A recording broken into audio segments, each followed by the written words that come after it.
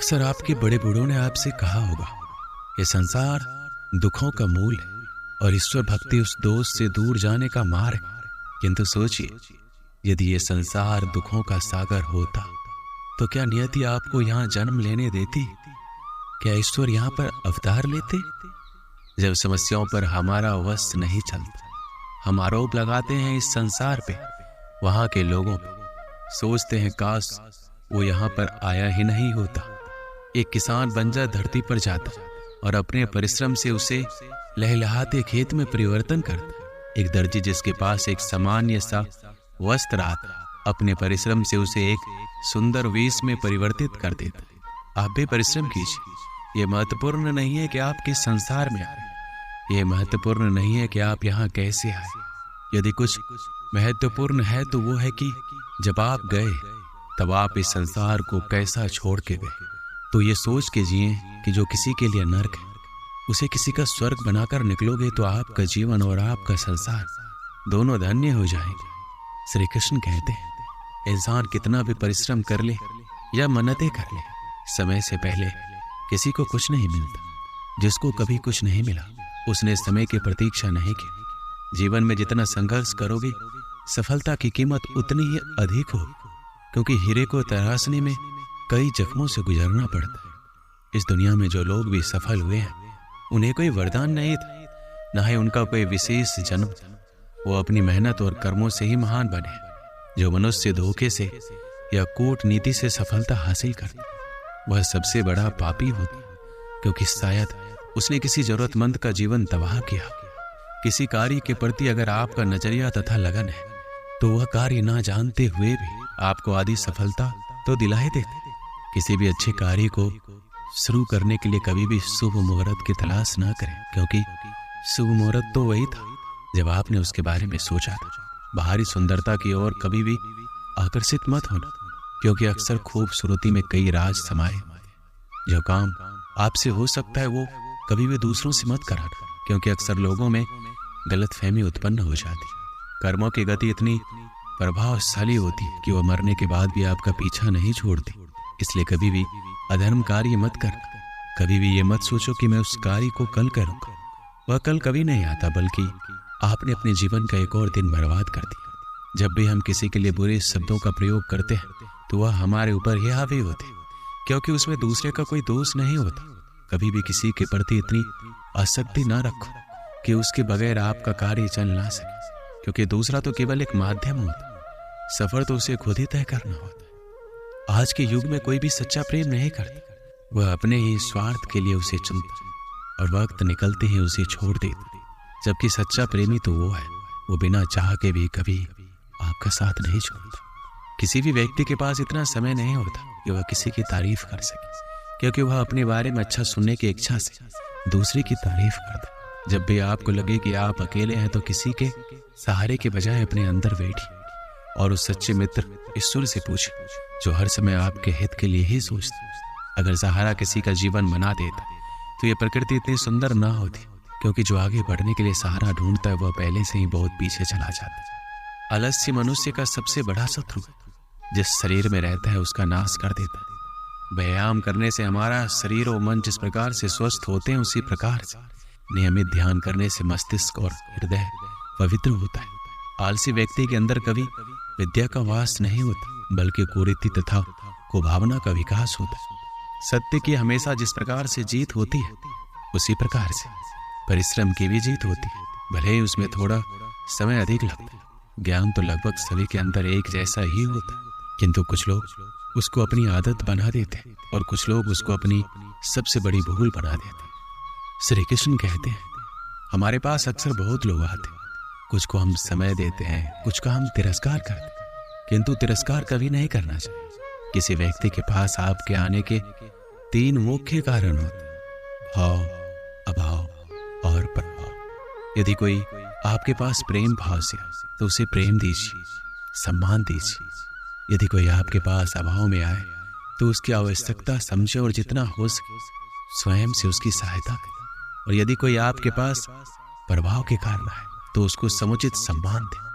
तो खुद को भाग्यशाली समझे कि कोई आपके प्रभाव में है, किंतु तिरस्कार कभी ना करें।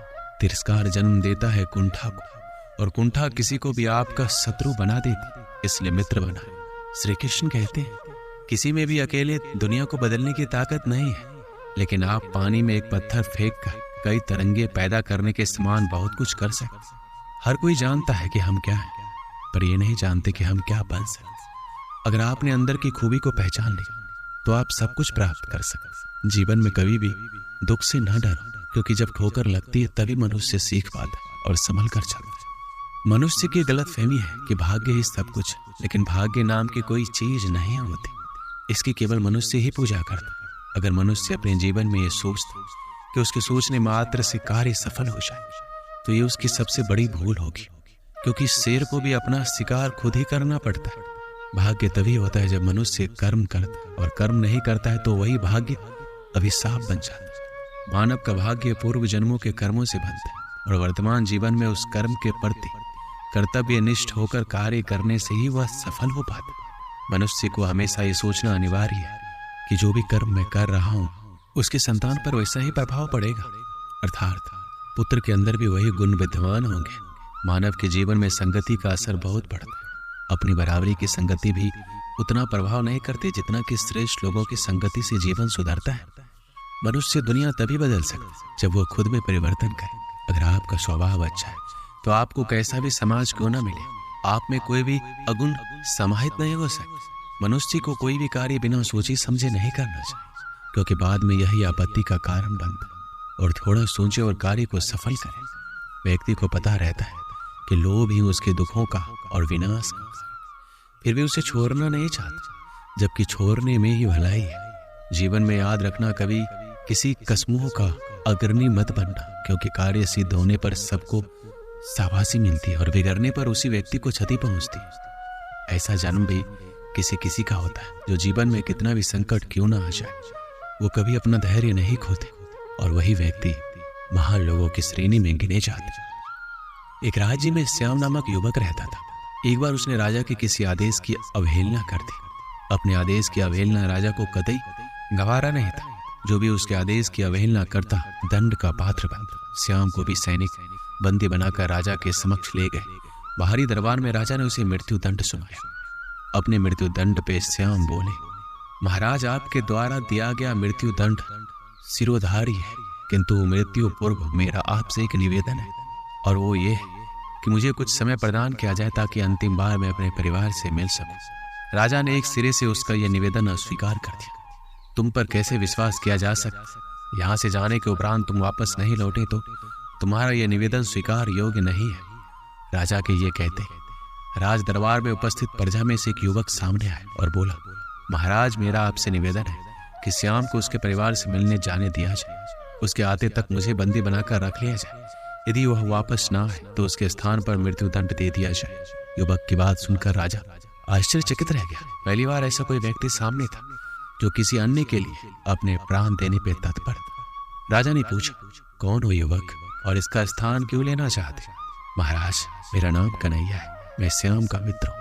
मुझे पूरा विश्वास है कि अपने परिवार से मिलकर ये वापस अवश्य आएगा। राजा ने सैनिकों को कन्हैया को बंदी बना लेने का आदेश दिया और श्याम को परिवार से मिलने की अनुमति दी। श्याम को 6 घंटे का समय दिया गया जिसमें उसे अपने परिवार से मिलकर वापस आना था। श्याम घोड़े पर सवार होकर अपने परिवार से मिलने पहुंचा। सबने मिलकर तुरंत वापसी की राह पकड़ ली। वो समय व्यर्थ नहीं करना चाहता। समय पर राजा के समक्ष ना पहुंचने पर उसके मित्र के प्राण संकट में पड़ सकते थे। तीव्र गति से घोड़ा दौड़ाते हुए राजमहल की ओर चला आ रहा था। एक स्थान पर वह घोड़े से गिर पड़ा और चोटिल हो गया। इधर निर्धारित 6 घंटे पूरे हो गए। श्याम राजमहल नहीं पहुंच पाए। इस स्थिति में कन्हैया को मृत्यु दंड के लिए तैयार किया जाने लगा। अपने अंतिम समय में कन्हैया ने श्याम को स्मरण किया और आंखें बंद कर ली। वह प्रसन्न था कि वह अपने मित्र के काम आ सके, किंतु अंतिम क्षण में श्याम राजमहल पहुंच गया। वह राजा से बोला, देरी के लिए क्षमा महाराज, मैं घोड़े से गिरने के कारण चोटिल हो गया था। अब मैं वापस आ चुका हूं, कृपया मेरे मित्र कन्हैया को छोड़ दीजिए। श्याम का कथन सुनकर कन्हैया ऊंची स्वर में बोला, मित्र तुम चले जाओ। श्याम बोला, नहीं मित्र, मेरा दंड तुम कैसे भोग सकते और मैं तुम्हें ऐसा कैसे करने को दे सकती? मेरा दंड है, मैं ही भोगूंगा। तुमने मेरे लिए जो किया उसके लिए मैं तुम्हारा आभारी हूं। राजा श्याम और कन्हैया की मित्रता देखकर प्रसन्न हुआ और बोला, ऐसी मित्रता मैंने आज तक नहीं देखी।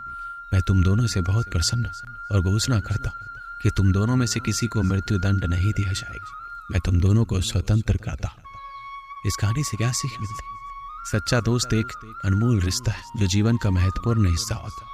वह व्यक्ति जो हर घड़ी आप पर विश्वास करता है और आपके साथ खड़ा रहता है सच में महत्वपूर्ण होता है, क्योंकि वह आपके जीवन में साथी और समर्थन देता है। एक सच्चा दोस्त आपके सारे राज और बातें सुनता है, आपके साथ खुशियों में साझा करता है और आपके दुखों में सहानुभूति दिखाता है। सच्चे दोस्त का साथ आपके जीवन को अधिक मजबूत और सुरक्षित बनाता है। एक सच्चे दोस्त के साथ समय बिताना अद्वितीय और मान्य होता है और इससे आपके जीवन में आत्मविश्वास बढ़ता है और आपके लिए एक सुरक्षित स्थान प्रदान करता है और आपके साथ हर मोड़ पर होता है। दोस्त जीवन की सफलता और खुशियों की दिशा में एक महत्वपूर्ण भूमिका भी निभाता है और यह रिश्ता जीवन भर बना रहता है। जय श्री कृष्ण।